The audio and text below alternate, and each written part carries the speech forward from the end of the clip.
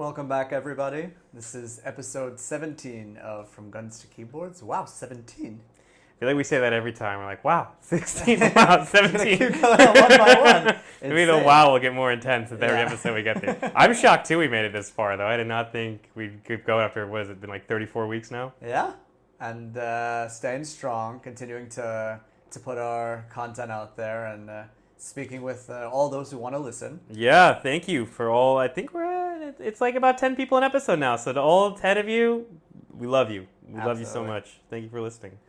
And so I guess we'll start out today, as we often do, with a news recap, go over the main things that are happening in the world, and then jump into our main theme for today, which I guess is best put: will Israeli society ever be the same after this war?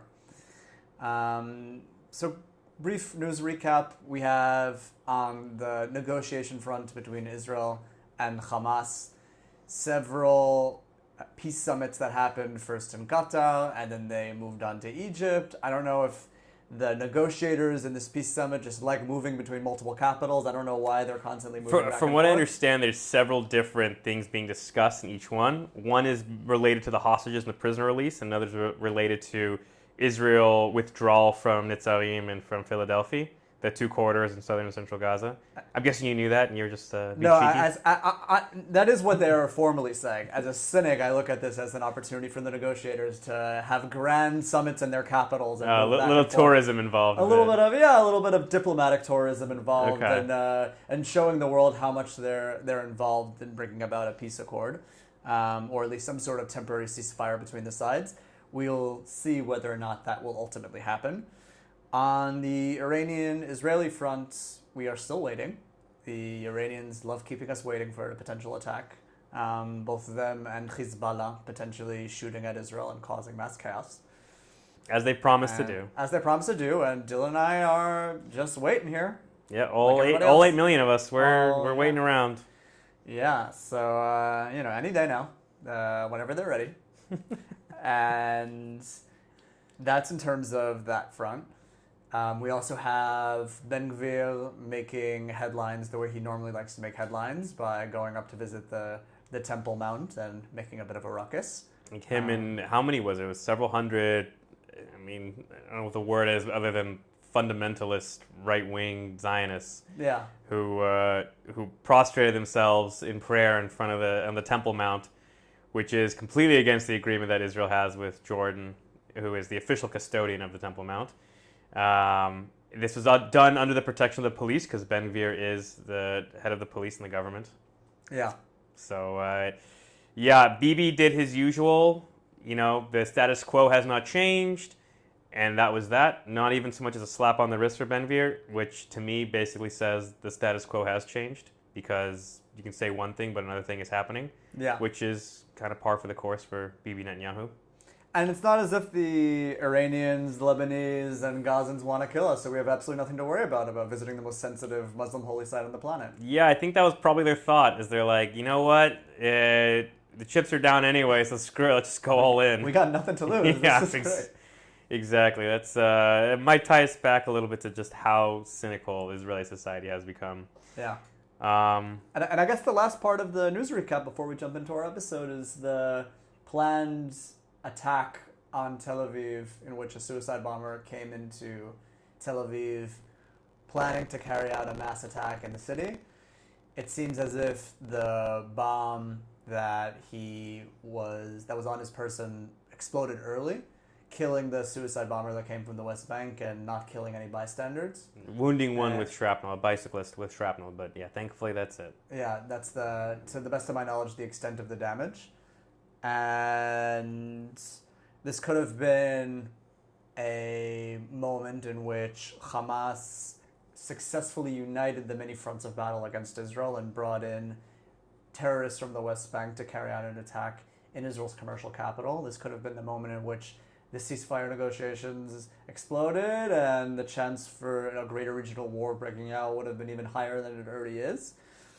But, as everything else is in the Middle East, these events are quite random, can go one way or the other. This happened to turn out luckily for the Israelis this time, but who knows what will happen the next time somebody comes in from the West Bank. Yeah, funnily enough, just before we sat down to record, we were talking to Michael's wife about this, and the first words out of her mouth were like, "This reminds me of the Second Intifada."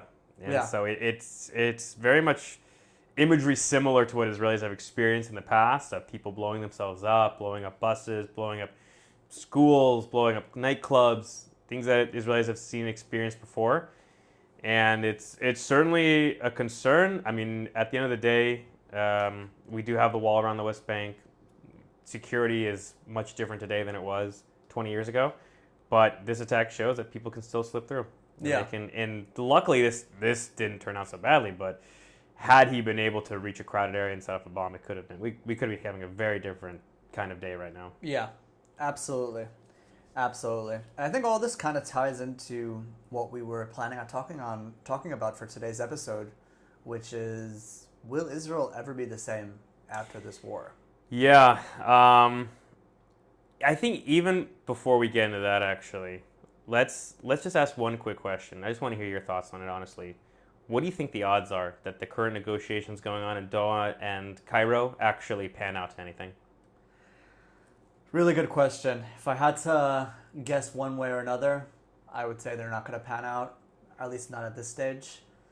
As much as I'm hearing that the security establishment is heavily recommending a deal with the Israeli security establishment, is heavily recommending a deal with Hamas in order to release a certain number of hostages and bring about a temporary ceasefire in the fighting with Hamas, I do not see Prime Minister Netanyahu agreeing to any sort of deal that may lead to his political standing being put in jeopardy.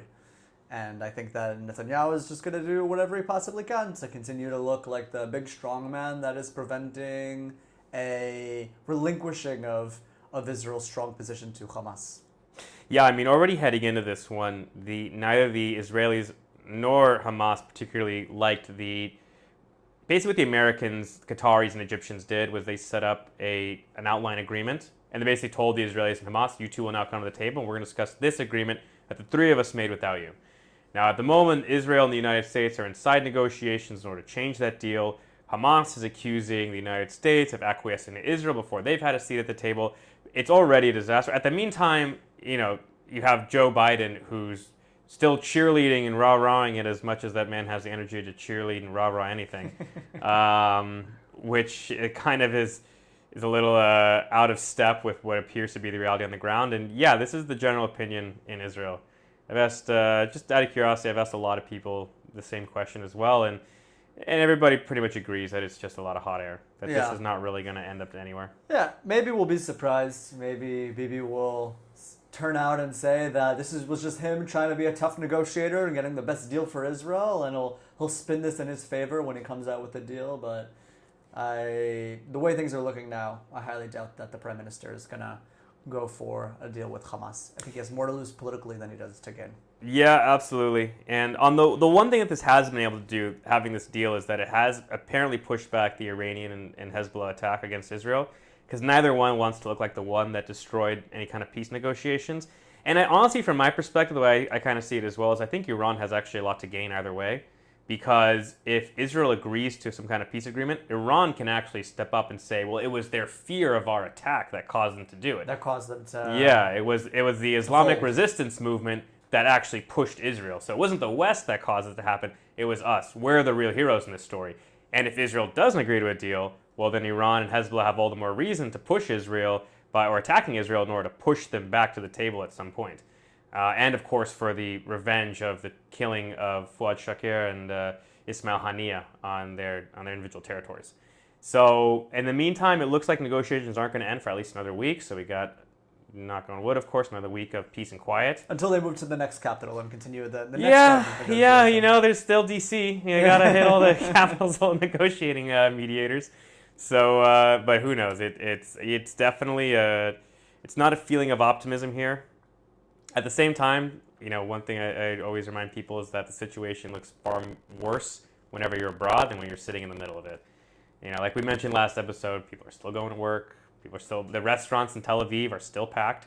When I was at one a couple days ago, everybody's still going out, still going to see movies, still doing everything that people do. So it's a bit of a waiting game, and I think to some extent, too, people are starting to even question whether the Iranians and Hezbollah are serious about an attack. But time will tell. Yeah. All right, now we've gotten that bit out of the way, I think, to talk about the question of the day. What kind of effect is this going to have on Israeli society? So where do you want to begin with this one? Because that's a very big question. Maybe we can talk a little bit about how it's touched us personally. I mean, I think the both of us have kind of seen in our day-to-day, just walking around Tel Aviv or our new home city and seeing where the way things are playing out day-to-day in the city in terms of the advertisements that we see, in terms of the billboards that we see, in terms of the public discussion. You just can't escape the war, no matter where you look. It's true. It's true. I mean, look, we live in Tel Aviv, and in Tel Aviv, the war is very omnipresent. From what I understand, you leave Tel Aviv a lot of times, you don't feel it quite as much. You don't really see so many of the posters. I'm sure there are many Israelis all over the country who would completely disagree with me. For sure, if you live in the northern or southern border communities, you feel it more than anybody. Other than, I would say, maybe the soldiers fighting inside of Gaza or the West Bank or on the border of Lebanon. But in terms of us, just in terms of now that we're back in civilian life and have been for several months now, yeah, it's been really interesting for me to see that on the one hand, there's this duality going on in Israeli society, where Israelis are known to be proud, borderline arrogant, I would say. I don't mean that as an insult, just kind of a lot of Israelis sort of come off with this that they know best ideology. And on the one hand, I've seen a bit of that decline. On the other hand, there is this very much a rally around the flag kind of moment. So where almost every, for instance, commercial, billboard, anything you see like that, incorporates the Israeli flag. It kind of reminds you of the United States around 4th of July. Whenever you have like 4th of July or Veterans Day or whatever nationalist holiday you have in the United States, everything has like red, white, and blue, and you hear the Star Spangled Banner or whatever. It's similar to that going on in Israel, but the difference I would say is the United States, the symbol of the flag and these great bombastic magnanimous songs that are the U.S. American anthem tend to invoke these real feelings of pride and excitement. In Israel, there's almost this sort of quiet sadness a little bit. Like there is a pride to it, of course, but it's sort of like a hopeful. It has more of a hopeful pride, kind of like there's something that you want. It reminds me of this quote from actually Mad Men, where the first season where Don Draper meets this Jewish woman, and she talks about the idea of utopia and Israel being this utopia for Jews, where it has two meanings in Greek essentially. One meaning being the perfect place, and the other meaning the place that can never be. And I feel like right now the symbol of the flag for many Israelis is the second one. It's this desire for the perfect place, but it's just a place that can never be. Yeah, well, I think you really hit the nail on the head there, because for a lot of Israelis after October 7th, the country on the one hand went into its natural mode of we're going to go get behind the flag and going to fight the enemy on the other side of the border that's trying to take from us all we hold near and dear. But on the other hand, there's kind of this feeling that what was already near and dear has already been taken from us. And the way we understand our country and our sense of security will never be the same. And the things that we saw on October 7th and in the months following October 7th have kind of led Israelis to, on the one hand, further reinforce what I would say parallel opinion that they have on the Palestinians, just like I would assume that the vast majority of Palestinians view the Israelis as a group of people that are not willing to make peace, and there's nothing you can do other than go to war. My parallel assumption would be that the vast majority of Israelis look at the Palestinians and have the exact same opinion. And there's this drive on both ends where Israelis, as you said quite well yourself, are driving towards this desire to push away any prospect of reconciliation with the Palestinians, realize that the only way forward is force and war and fighting against the eternal enemy. And there's this kind of, you said it quite well, this sadness that comes with that, this sadness and understanding that the country and the safe little utopia that was described in Mad Men will never be the same, no matter how hard we fight.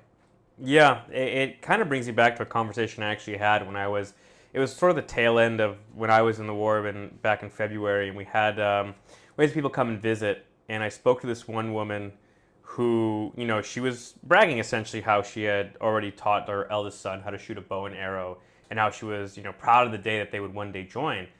And, I said something along the lines of, well, wouldn't do you want them to join? Wouldn't the peace agreement be better? They never have to serve. And she said that this is the life. This is just what it takes. There will never be peace. All we can do is teach our children to fight so that they can have children, and that at least there will be some kind of a Jewish home, because that's the only way to keep it alive and to keep it moving forward.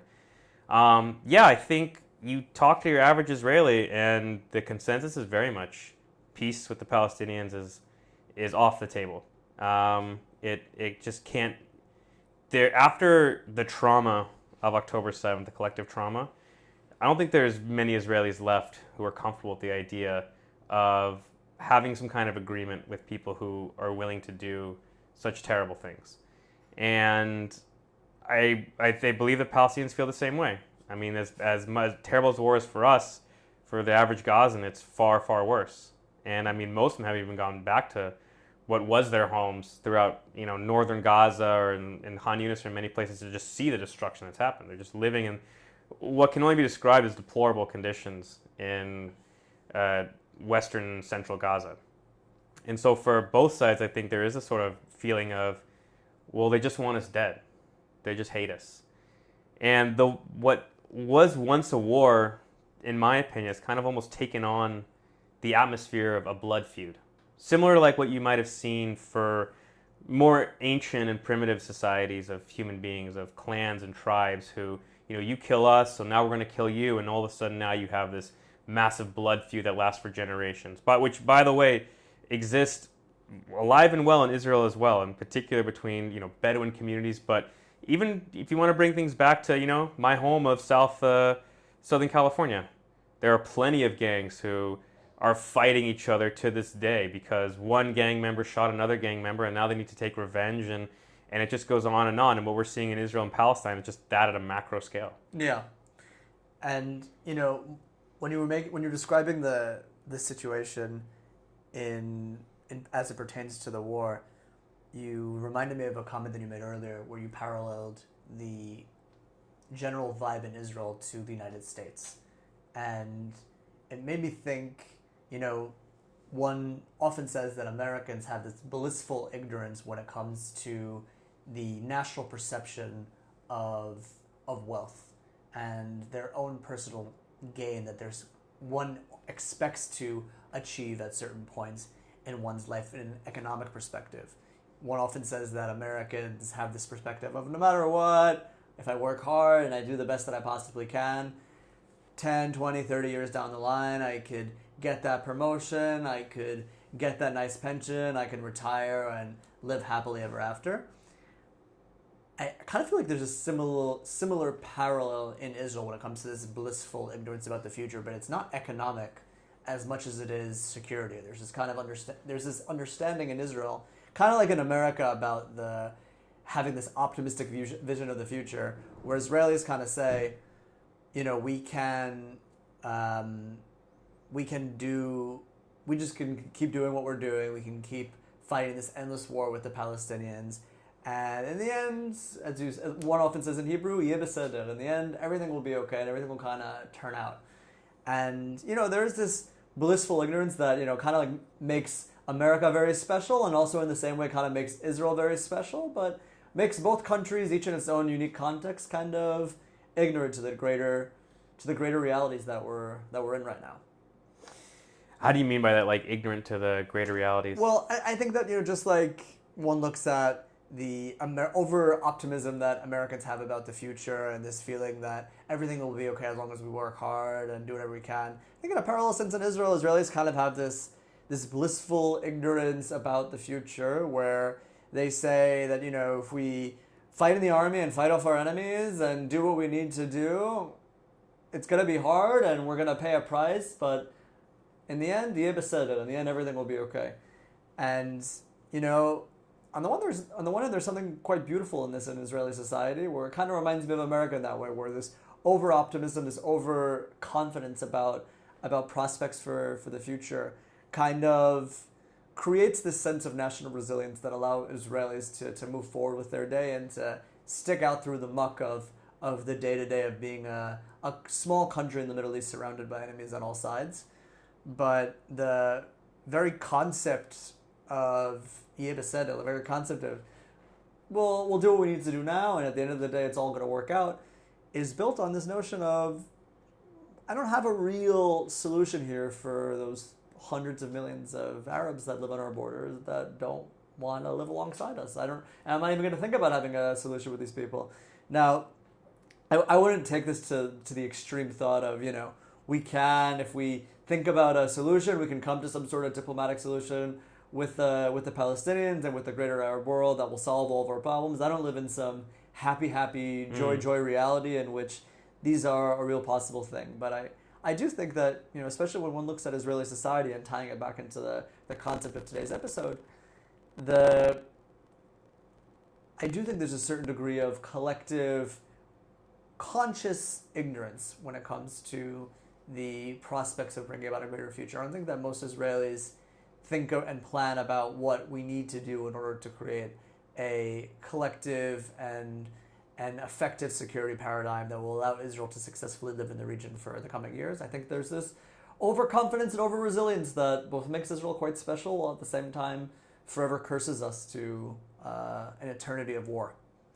I think what you said is very true, but I think it's also been a very mainstream part of Israeli society for generations at this point. It reminds me of a quote from Moshe Dayan when this was back in like 1954, 56, I believe, when he was actually down in one of the southern kibbutzim after a young lieutenant there who, by happenstance, he'd actually just met the day before, had been killed in an ambush by Palestinians from Gaza.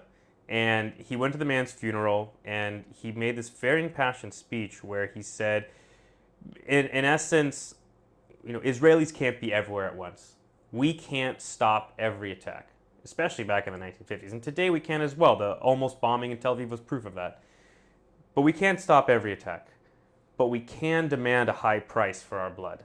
This idea being that, you may be able to strike and to kill us, and we may always kind of be playing the reactionary force responding to these attacks.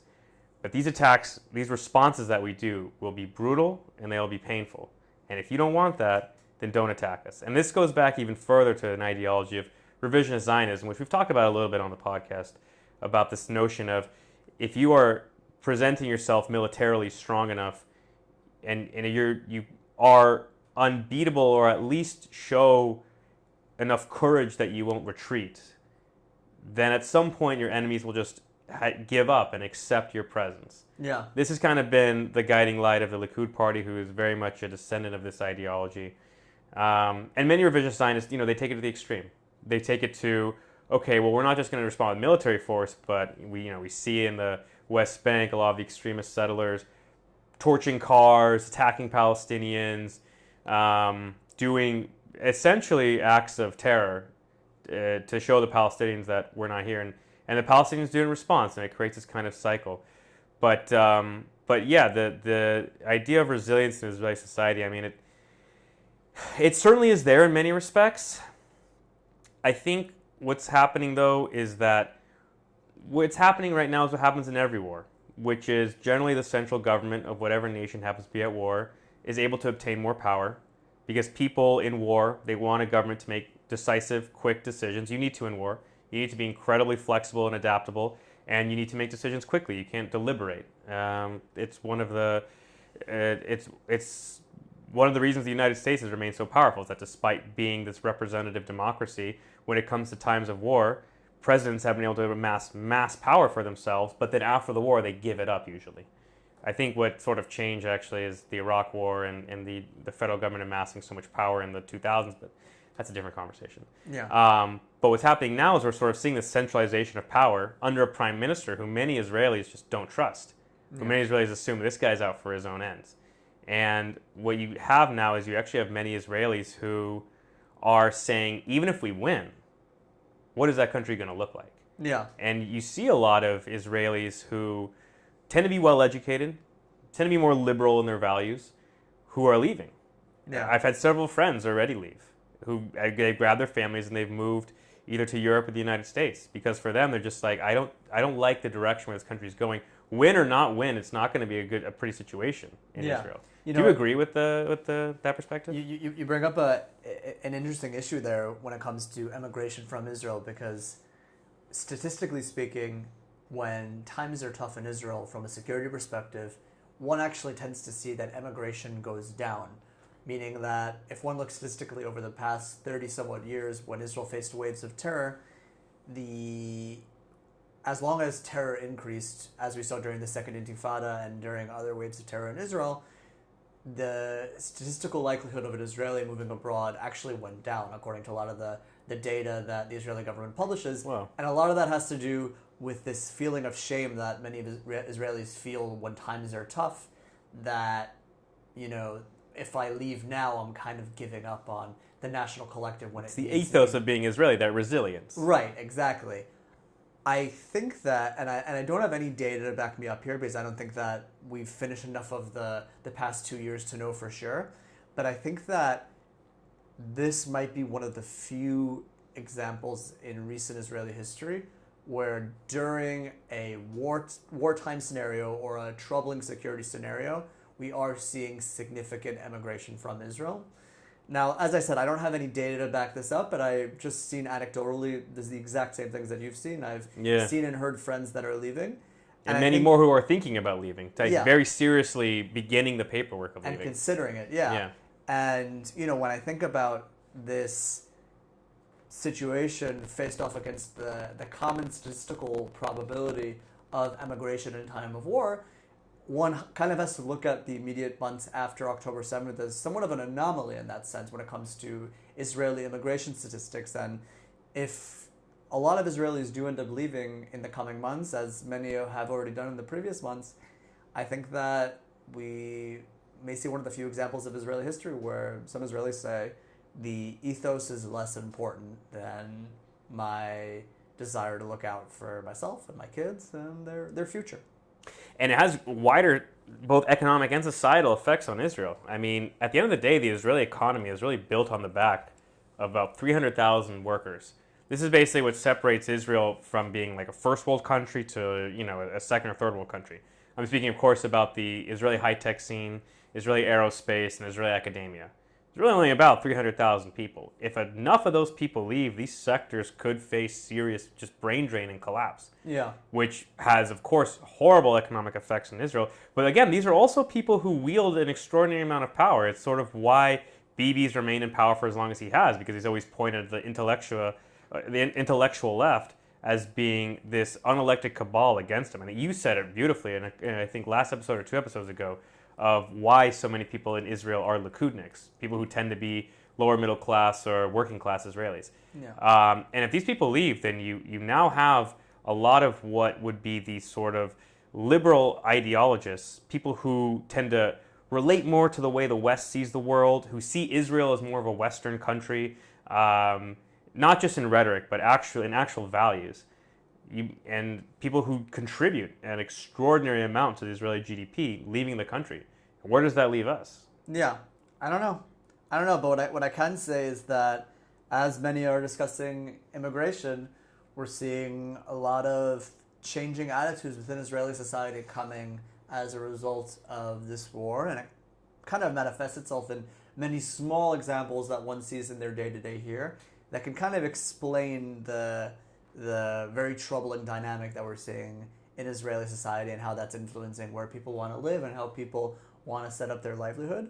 I think one of the specific examples that we can talk about even is when it comes to gun ownership in the immediate months following October 7th, where, I mean, I don't know about you, but I can at least talk about myself. If one asked me before October 7th if I would ever want to buy a gun, I would probably say absolutely not. There is no reason to buy a gun. You're probably going to do more damage to Yeah. yourself and to the people that you love if you have a gun at home. Typical soundtrack of someone who grew up in liberal areas in the United States, just both of us. Exactly. And that's just really what I believed in. Both me and much of my immediate friend circle, both in reserve duty and at work and in other friend circles, have very much been seriously asking themselves the question: do we need to have a firearm at home in order to protect ourselves? Because those guys in the government are definitely not going to protect us. So are we going to have to make some sort of change here in order to keep ourselves safe? And that's a question that I think a lot of Israelis are asking, and it's a tough question to be asking yourself in a already troubling security situation, to really have to deal with the fact of, or the question of, are my kids safe? Is my family safe? Yeah, there's this feeling of anxiety, I think, that hangs over a lot of people. The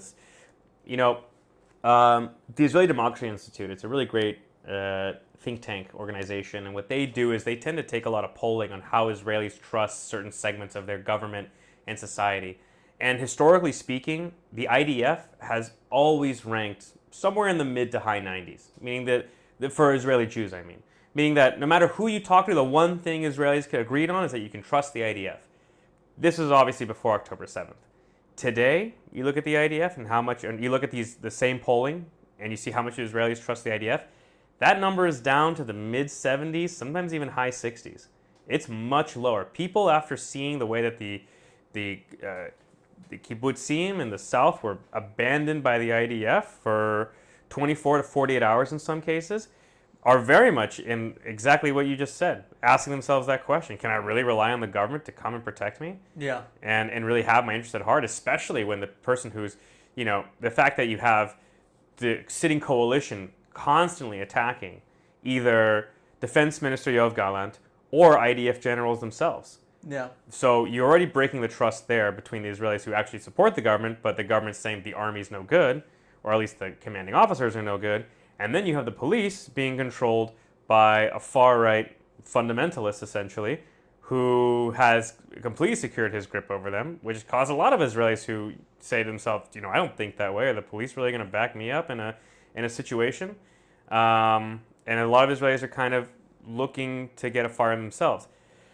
That being said, societal trust in the government hasn't evolved, I think, to the point that we see, for instance, in places like, let's say Africa, for instance, where, everybody's armed there because you have to be armed. I don't mean to paint with a broad brush here, but in certain parts of Africa, many people are armed with Kalashnikovs and RPGs, and in some cases even tanks, because you have to be, because you absolutely cannot rely on the government to come protect you, and you have the weaponry there for yourself if need be. I don't think Israelis have gotten to that point just yet, but it is concerning to think of an Israeli society where the average civilian is well armed, not totally trusting their government, and now you have a large segment of Israeli society, primarily young men, who are now coming back from these fronts and are much more comfortable with the concept of violence and have experienced it now within their own lives, and that feeling of power that comes with it, and what that could potentially translate to. Thankfully, on the left, I'll say, Kaplan Force, the quote-unquote, the essentially left-wing organization that was very much front-running the anti-judicial reform protests, they've very much disintegrated at this point. They're no longer having hundreds of thousands of Israelis take to the streets. I think in the heyday, there were almost 2 million Israelis who took to the streets the day that Netanyahu tried to fire Yoav Gallant in March 2023. They're a much smaller number now, but we're now seeing kind of what we talked about a little bit about on the Temple Mount, a lot of much far-right groups who do feel at liberty to act much more aggressively in believing that the government will not come after them. And these things have, in political science it's called Hegelian dialect. The idea of it's almost a second law of thermodynamics just taken for political science, that every action has an equal and opposite reaction. So if you have this far-right organization that's able to act independently of government authority and act with violence, there's a very good chance there's going to be a left-wing organization doing the same thing. And if you want, look at the Proud Boys versus Antifa in the United States. This is a very good example of one sprouting the other. And again, I'm very cynical about this sort of thing. But I'm also always very curious about society in relationship to its government and how society has, I guess, what Rousseau called the right to rebel, Yeah. and what creates the circumstances for that to happen. Again, I think we're very far from that right now, but I don't think it's completely out of the horizon. Yeah. What are your thoughts, though? Am I being overdramatic? No, I don't think you're being overdramatic, and I think, especially when you look at the months leading up to October 7th, where much of Israeli society on both sides of the political spectrum were outraged at the other for not bringing about judicial reform, each one with their own opinion. Judicial reform, regime change, everyone has their own way of looking at it, depending on which side of the coin that you flip. But the general societal effect in the months leading up to October 7th was this feeling that the Israeli government does not have my best interests at heart. This is a government that is not looking out for me. And then you get up to October 7th, and in addition to that opinion of the Israeli government is not looking out for me and does not have my best interests at heart, you also get this other opinion of these guys are completely incompetent. They not only do they not want to, they can't look out for can't. me. Even if they wanted to be good at their jobs, they're awful at their jobs. Very interesting parallel, yeah. And the months after October 7th, I think, have kind of let this spiral out of control. And yeah, we might see the next inevitable steps being the growth of local organizations that didn't exist previously that will feel some sort of desire to use force and violence in order to achieve their aims, especially now that gun ownership and gun usage has become so much more common in Israel. And again, I want to just, put out there for the record, I'm not personally, I've said it myself, I'm still thinking about the prospect of getting a gun. I know a lot of people that are thinking about purchasing guns. I don't know what your personal opinion. Yeah, I'm signed up right for now. The course, but I just want to have the licenses and everything taken care of. So if I want to purchase it, I can. You have the option. Yeah, exactly. Well, why do you want the option? Because you have this part of you that's saying, you know what? Even if I don't buy a gun, I want to have that. I don't have to wait in line for it. I don't want to. Yeah, or also, I want to have that backup because I don't trust those guys that are gonna look out and protect my family. I trust me to protect my family. Look, I think maybe the result of what might happen is I don't necessarily think that Israelis are going to start taking to the streets and armed militias and start fighting each other that way. But I think maybe what might end up happening as a result of this war is that government becomes much more localized. Because right now there's only one government in Israel. There's no states, there's no provinces, there's nothing like that like you see in a lot of parts of the Western world. There's the Knesset, and that's it. There's mayoralships, of course, but the power there is extremely limited. For the most part, the Knesset decides one thing and the entire nation follows it. And I think what might end up happening as a result of something like this, especially if the average Israeli citizen starts feeling more autonomous, is I think the likelier scenario is that government becomes more of a local administrations gain more power, and we ending up with some kind of provincial administration that answers to a larger central government. Well, I think you said it perfectly yourself, where you said there's already right-wing groups in Israel, or I should say far right-wing groups in Israel, in certain parts of the country that have kind of set up their own de facto little mini kingdoms or mini I don't know, fiefdoms, I guess is the proper word. I like that word to use here. Mainly in the territories in the West Bank, where you see a lot of extreme right-wingers that have set up these mini communities where they're armed to the teeth with weapons and ammunition, and they've kind of already said, we don't respect the authority of any central government up there in Jerusalem. And we've only really seen this on the right side of the political spectrum, less so on the far left side of the political spectrum. But maybe what you're saying is right. Maybe we'll see this equal but opposite reaction on the left, just like we have on the right, and the growth of organized violence on both sides of the political spectrum. Yeah, as much as many Israelis fantasize about lining up all their politicians and doing horrible things to them, I certainly hope it doesn't happen, just because it makes living life normally incredibly challenging for the average person. But I think it's the one thing about Israelis I think that kind of gives me a little bit of comfort that something like this is extremely unlikely to happen in Israel is that Israelis in general feel a lot more loyalty to the government itself. It's the opposite of almost the United States in that way, where the United States, the ethos of part of being an American essentially is freedom to do what you like and not have government interference. Right. There's a strong motivating factor for many Americans to live out as far away from their government as possible, and to just always look at the government with distrust. It's almost something that's just kind of now beginning to take root in Israel. This idea of, exactly as you said, not only does the government not have my best interests at heart, but they can't even look out for me if they wanted to. Yeah. But at the same time, Israelis are Israel is a socialist country for a majority of its history. From 1948 to about 1993, Israel was a socialist economy. It was a socialist government. It only recently kind of moved into the free market in a way similar to many other Western countries. But Israelis still feel a strong loyalty to the government. And a lot of that comes, I think, with the sort of Spartan-esque society that Israelis live in, where you almost have a polis in a way, where citizenship equals service a little bit. So the serving of the government is what defines you as an Israeli. Being in the IDF or going on national service, that's what really makes you an Israeli in that way.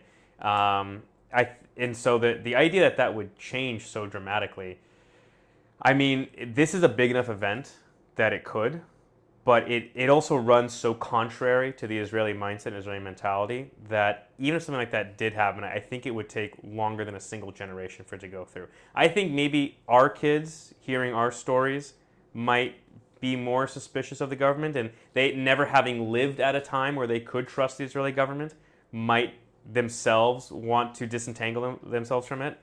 But I think for maybe us and our generation, I don't really think that that's so much in the cards at this point. But I think the seeds of it have potentially taken root. Yeah, I would largely agree with your take on the situation. I will say, though, that there are a couple of factors that play here which are going to be interesting to see how they'll play out over the medium term in Israeli society. And I think one of them is the kibbutzim and the border communities in the south and the north that are only just now, or at least in the south, starting to move back into their communities. There's one very important news piece that I didn't mention in the recap that I think is very relevant to this conversation, which is for the first time since the start of the war, many residents of the south started moving back to their communities as government subsidies began to come to an end for those who were temporarily relocated to hotels and to other housing arrangements throughout the country. And, I look at these communities on the border, whether it's like kibbutz Ein HaShlosha, where I used to live when I first came to Israel, when I first made Aliyah, or other kibbutzim or other small communities on the border. And these already have something of, what's the word that's typically used to describe in the United States? There's like the Western, front, the word will come to me later on. Oh, the Western frontier that you have in the United States. Yeah, the Western frontier, exactly. So, you have this kind of, these communities that are very much on the frontier of Israeli society, and, for years now have had these independent military units that operate in their local communities and were responsible for protecting these communities in the face of threats on the other side of the border. And I wonder how these communities are going to operate in their relationship with the government in the coming months after seeing how much the government and the military failed them on October 7th. If I was leading a local emergency response team that's stationed on the border in my immediate community, and, for example, I'm not getting the weapons that I need from the Israeli government, I'm going to feel a lot more comfortable to turn to donors and to turn to different networks where I can arm up and get my equipment, just like many Israelis did on their own in the immediate months or the immediate days after October 7th.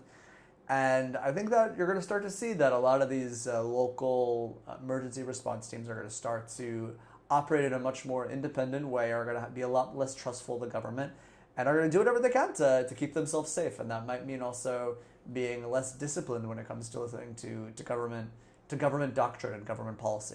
Yeah, it kind of reminds me a little bit of, like, again, we keep tying this back to the United States, but we're both Americans, so that's kind of what we know. The cost but of doing The business. cost of doing business, yeah. It kind of reminds me a lot of the stories you hear from like the American frontier. How, if you look back into like the mid 19th century, you see how when people they move out west, they're completely detached from the federal government. Everything is you are on your own. This idea of you need to look out for yourself. You have a citizen militia nearby. You're basically completely reliant on your friends and neighbors to come to your defense, and they're relying on you to come to their defense if need be. And you create this very intense, distrusting community distrusting externally. I mean, and almost like it becomes sort of almost like a clannish society in that way. You see it also in places like West Virginia as well, where you had people who former Northern Scotsmen who never lived under government rule and didn't want to, and hated the British for coming into their territory, went to the United States, found these gorgeous mountains in West Virginia and northern Kentucky, settled down, chopped down some trees, built some log cabins, and that was that. And they started living their lives that way and lived as far away from government control as possible, and ended up later down the line in the years after World War I, actually causing a rebellion against the state of West Virginia, to the point that the U.S. military actually sent in the Air Force to bomb them in order to stop them from doing what they did. It's honestly a crazy story, the Battle of Blair Mountain. It's insane. Check it out. That's a fun fact. It is a very fun fact. It's a very sort of extreme situation of how these sort of isolated, well-armed communities who are very distrusting of strangers, and especially distrusting of the government, can actually really cause some headaches for the powers that be. And just as another anecdote as well, I mean, people who live in these frontiers, the southern northern frontiers, many of them have a deep attachment to their home. There's lots of stories coming out actually of people who live in the northern border communities who at night are driving with their headlights off back to their old homes to either take care of their farmland, or just do something as simple as water their houseplants. Like, I mean, really, under the threat of a missile attack, these people are going in there and doing it because they care so deeply about their homes, the places they live, and they feel such a connection to it. So, yeah, I think after being essentially abandoned by the Israeli government, I'm sure you have a strong sense of people wanting to go back in. At the same time, we do have to balance this with the fact that, you ask your average Israeli, as we talked about at the beginning, kind of tie this together a little bit. Most Israelis are not for a diplomatic agreement, and they are for a continuation of the war to some extent. I mean, actually, it's not. Most Israelis are in favor at this point now. There's recent polling that came out that showed about 64% of Israelis are for a hostage agreement, but most Israelis don't believe the issue would be solved. Now, tweak what I said. Most Israelis don't believe that the Israeli-Arab or Israeli-Palestinian issue will be solved through diplomacy. Right. That it will be solved through military. And in order for it to be solved through military, you need to have basically put your trust and faith in the government, because only governments can field armies powerful enough to defend a state. So it's this weird dichotomy that Israelis are carrying, where on the one hand, yeah, you can't, in your day-to-day life, you can't necessarily trust the government.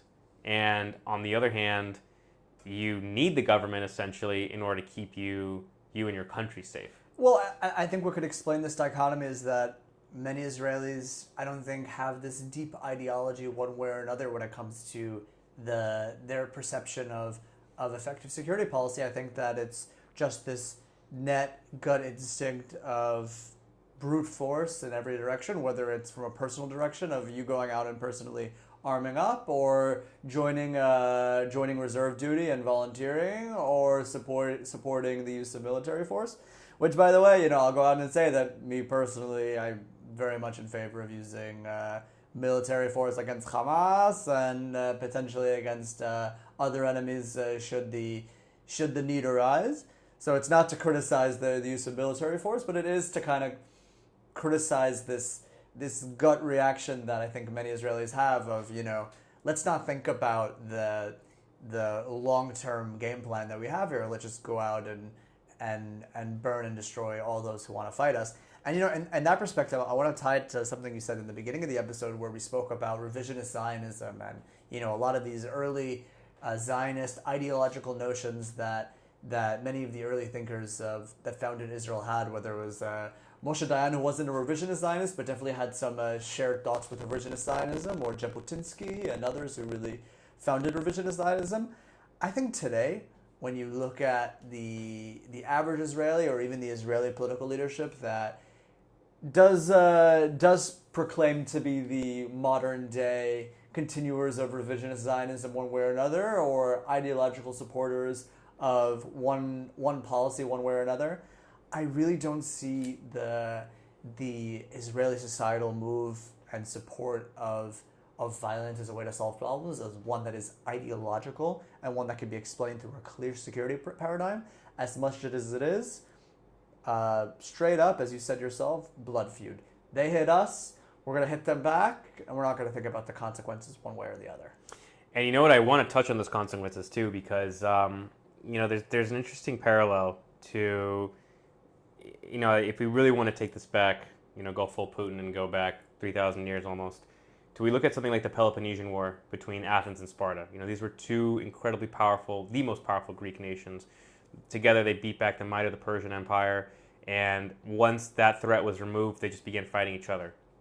And they fought for the first time, largely as a result of this Persian War, they fought for the first time in a total war style, where it wasn't enough to just defeat the army on the field and then sort of go to that defeated army's leader and say, okay, this is what's going to happen now. They would then continue onwards. They would tear down the walls. They would burn the cities. They would kill the men, enslave the women and children. That was how the Greeks fought for close to half a century. What happened after that?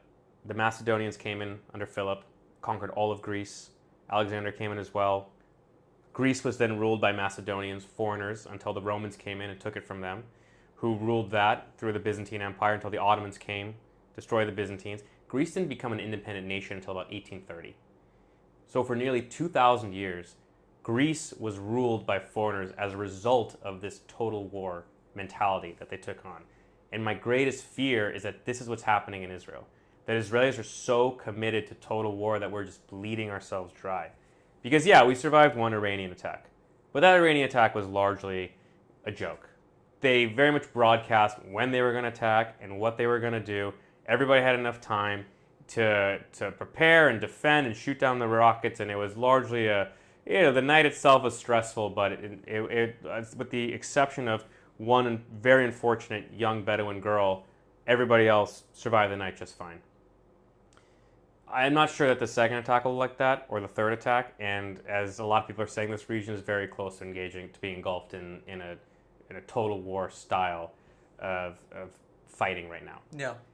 And at some point, it is going to drain us of resources, and it is going to drain us of manpower, and we may end up finding ourselves weaker than ever and unable to recover. That, I think, is the biggest fear. And for a lot of Israelis, I think a lot of what you said, it's not stopping to consider the long-term effects. I think that not only is creating some kind of diplomatic agreement, at least for the near term, in our strategic interest, I think it's in our existential interest at this point, because Israel is not designed, the IDF is not designed to engage in long-term total war. Israel is built around quick, short, decisive wars. And this idea that, yes, violence certainly has its place. I think we've talked about it a lot. I'm all for assassinations, striking Hamas military units, doing all these things, as long as it's in the service of a grander strategy. Right now, it just seems like, flailing around and just killing for the sake of killing almost. And if we can't get our heads around and unite around some kind of grand strategy to move us towards what an actual sustainable peace would look like, then we're very much on the path, I think, of just this total war that's going to just drag us down and eventually collapse us. And my biggest fear is that in 200 years, people are going to come visit this place and they're going to say to each other, wow, a great nation used to live here. This is where the Israelis used to live. Yeah, exactly. It's a really scary thought. That's why a lot of people are leaving. It's kind of like it's what we talked about. It's a major concern for a lot of people. And who do you trust? I think that's a lot of this episode. Who do you trust? Yeah. Well, on that depressing note. Do we want to end on like a good note? Any positives? Anything with the? There's always the chance that there'll be a diplomatic agreement, right? We talked about last time. This is probably the best time for Bibi to make an agreement. The Knesset's on recess. The opposition has promised, the Gantz and Lapid have promised to join Bibi's coalition to keep him in power if he does come to an agreement. Well, I think, one positive thing that can be mentioned in that context is, yesterday I went out to dinner with my wife. It was Tu B'Av in Israel, which is the day of Israeli Valentine's Day. That's exactly right. The Israeli somewhat equivalent to Valentine's Day.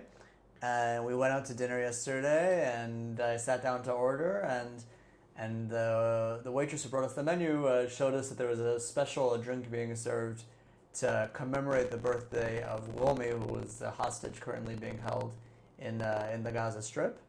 And I was very touched by the fact that this restaurant decided to do this, and my wife corrected me and said, this restaurant's not special. The entire country, you're just not on Instagram, so you don't know things, but the entire country is currently doing a special commemorative things for Romi to celebrate her birthday.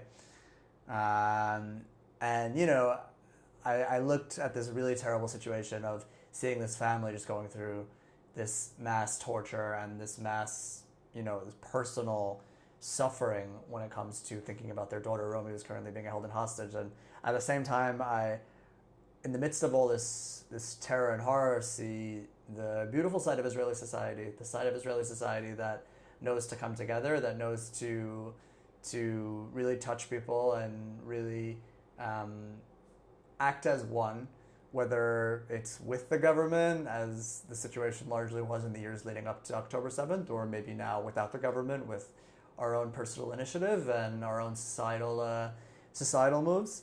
But I kind of left as sad as the background of the situation was, when I saw that I had this opportunity to kind of order a special drink in the hostage's honor. I kind of left with a smile on my face, like, wow, and when it comes to that stuff, when it comes to Israeli society coming together and acting as one and knowing to do special things to commemorate those we care about and those we love, we will always be strong in that sense of things.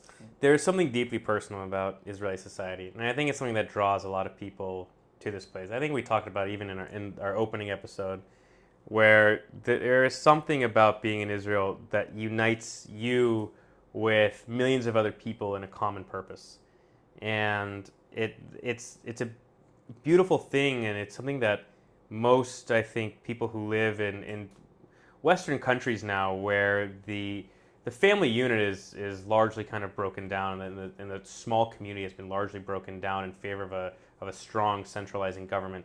In Israel, you still have, in many ways, within a society at least, this deeply sort of personal feeling towards each other. And I mean, you know what? To put it frankly, the Israeli government's always been kind of a mess. It's sort of if you look at just Israeli law governing the Knesset, it's sort of this haphazard put together of laws from various countries.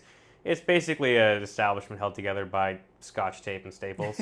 And Israelis have always had to learn how to kind of rely on each other to get by. And it is something that in one way it's very frustrating, because you have to deal with the government, just by nature of living in a nation state, a functioning one.